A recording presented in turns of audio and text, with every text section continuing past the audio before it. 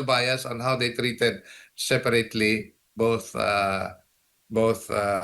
high officials in government. I'm referring to the president and the vice president. Po sa pangyayari po ngayon, naging malinaw po ba yung selective justice?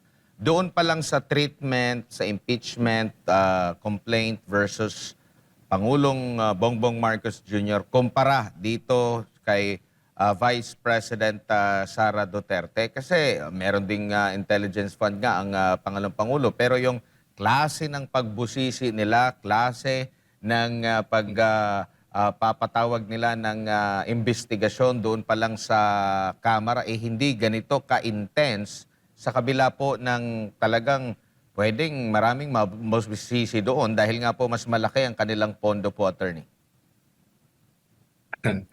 Medyo natawa ako dun sa sinabi mo, Anman. Sa amount pa lang, it's very minuscule yung amount na pinag-aawayan nila patungkol kay VP Sara compared to sa pondo ng Intelligence and Confidential Fund ng Office of the President. And you compare the treatment of Congress on how they treated the impeachment complaint of BBM as regards the complaint against VP Sara, talagang matawa ka kung paano nangyari na to cut the long story short, there's clear political bias on how they treated separately both high officials in government. I'm referring to the president and the vice president. Opo. Attorney, si Jade po ulit ito. May mungkahi si Senator Judge Tito Soto sa pangalan po ng confidential funds. Ano yung masasabi po ninyo? Nais po niyang bagay pangalan, bagay i-change yung name, no? From confidential funds, maaring siguro tawagin daw restricted funds, parang non-public funds po daw.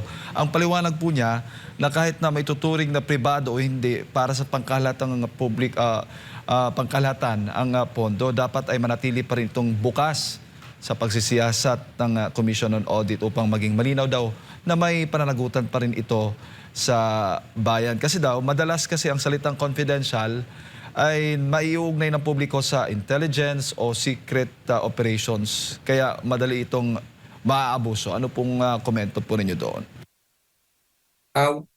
Nomenclature lang po yan, Jake. Whether it's restricted or confidential. It's really on the matter of how you treat the funds. No? It's the nature of the use of the funds rather than the name itself. And I'd like to go back to the joint circular, as I've said. No? That's the reason why I said na pagdating sa kung tama ba yung paggawa, what do you call this? Paggamit ng confidential fund, nandun yung ibang ehensya that would be able to best answer that question, yung tamang paggamit ng confidential fund. And I'm referring to the DND and the PNP, the DILG and the PNP, because they're in the best position to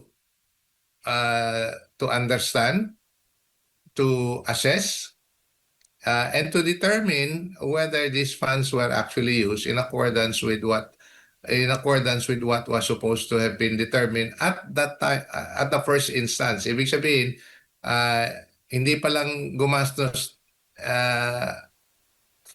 ng confidential fund, na-determine na ito yung plano natin at doon tayo patutungo insofar as the objective of this operation is concerned.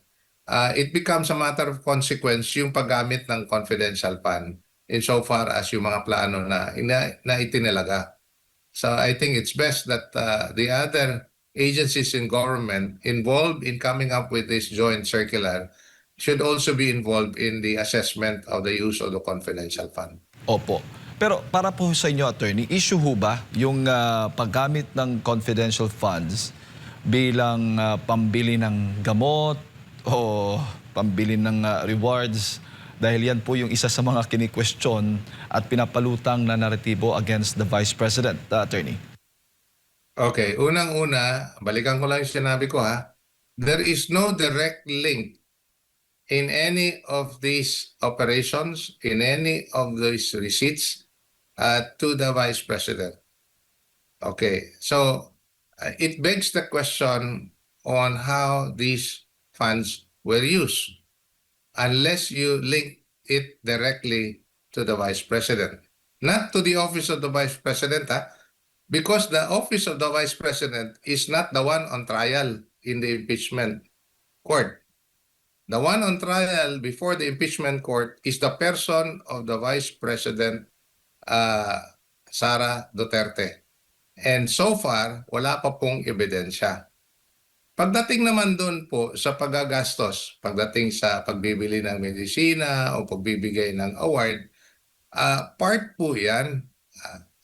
I mean, on its face, I'm just talking about the confidential fund on its face. Part po yan sa paggagastos because you need, information is valuable and you need to pay for this information. Depende kung sino ang bibigyan mo ng pera in exchange for information. Depende kung ano ka-valuable, gaano ka-sensitive yung information, ganun din kataas ang babayaran mo sa kanya. And for that matter, when you talk about sensitivity and confidentiality of that information, siyempre, pati yung risk ng tao na nagbibigay ng information, you have to take that in consideration. Hindi siya magbibigay ng information pag hindi rin sapat ang ibibigay sa kanya in exchange for the risk that he or she has to take for disclosing such information. So, marami pong mga konsiderasyon yan pagdating sa mga bagay-bagay na yan. And when you talk about medicine per se, it could be in exchange for somebody who is sick because in exchange for the information that government was able to get.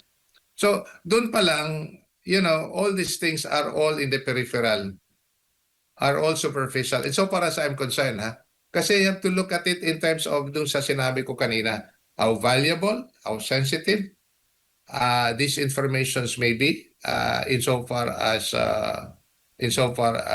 government security is concerned or the security of the stakeholders that you're trying to protect. Opo. At huli na lang, attorney, marami po sa taong bayan ang gustong malaman din kung paano ginagamit ang confidential funds ng presidente, ng House of Representatives, ng Kongreso at ng marami pang mga ahensya. Sa papaanong paraan po nila malalaman na hindi lang po nasisingle out sa opisina ng Vice Presidente? Alam nyo, sa ginagawa nila kay VP Sara sa ngayon, baka babalik sa kanila yung mga nangyayari ngayon. Kasi if that is how you treat confidential fund, ibig sabihin, despite its very sensitive nature, you bring it out in the open as if it is an ordinary case, malamang baka mababalikan yung Office of the President pagdating sa paggamit ng Confidential Intelligence Fund. So, talagang, if I may, I hope maingat ang lahat. Hindi lang yung impeachment court, lahat. Pagdating sa paggamit ng confidential fund, intelligence fund. Kasi kung ayaw nyo, tanggalin na lang natin yung confidential fund at intelligence fund. But obviously, that won't happen because our national security as a nation will certainly be at risk.